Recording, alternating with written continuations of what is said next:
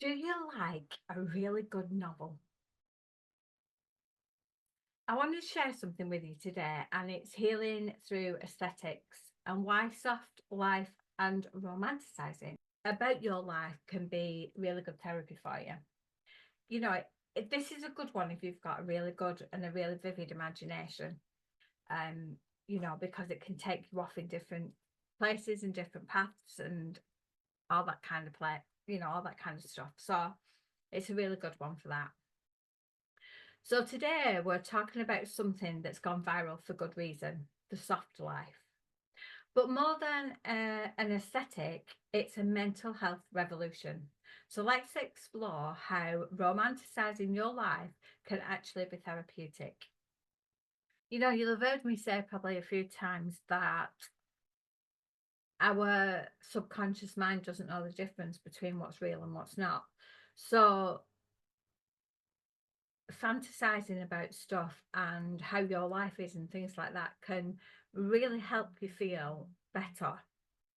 Um, all right, it doesn't work for everybody, but if you've got a vivid imagination, then this can be a fantastic therapy tool that you can use when you're feeling down and you're feeling a bit just not, not yourself. The psychology of aesthetic living. Romanticizing life isn't denial, it's intentional presence. So when you sip your tea slowly, you make your bed with care, or you light a candle while journaling, you're engaging all of your senses, and that gives you a massive sensory overload. And sensory engagement grounds the nervous system and anchors you in to that moment in time. So, sometimes you'll hear me say when you're journaling, put on your favourite music or, light your candles, have your burners going, put some essential oils out, whatever that might be for you, because it anchors in that moment and it makes you feel a lot more emotionally attached to it. We have to reclaim joy in the mundane. We all have tasks that we do every day that we think, oh, this is so boring and so monotonous and all that kind of stuff. But what we can do is find the joy in that. So aesthetic living helps shift focus from chaos to calm.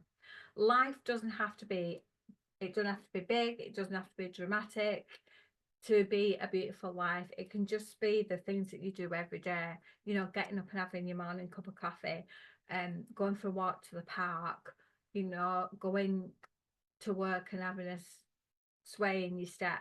All them sorts of things can give you a sense of joy. So small curated moments tell your brain this is safe and this is good. And that'll make you feel so much better because you're not always then on the alert and in the anxious state. So choosing the soft life as resistance. Choosing softness is radical in a world that glorifies hustle and burnout.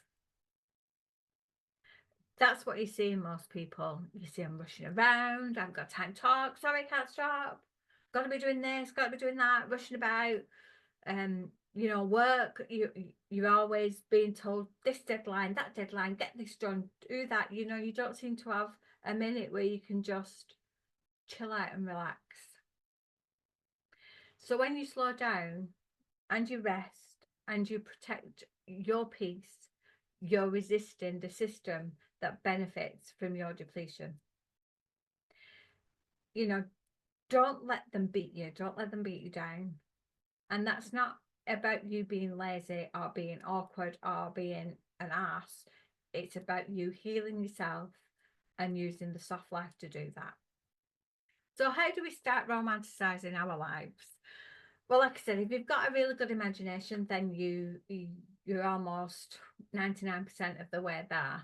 Um, I do it through journaling, so I would journal stuff down and that sort of thing. But you can start really small and do really simple things like matching your socks. I know that sounds daft, um, but matching your socks can make you feel grounded in the moment.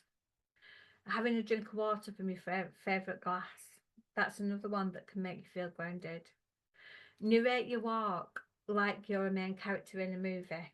So while you're walking around, you're narrating a story to that, because you're telling then your subconscious that your life can be tender, even when it's feeling quite chaotic. And that'll just make you feel more grounded and a lot more calm. So living aesthetically doesn't mean pretending life is perfect. It isn't about that at all. It means finding beauty in the broken, the boring, and the everyday. And that, my friend, is powerful therapy. So have a go at that today and let me know how you get on, and I shall see you all again soon. Bye for now.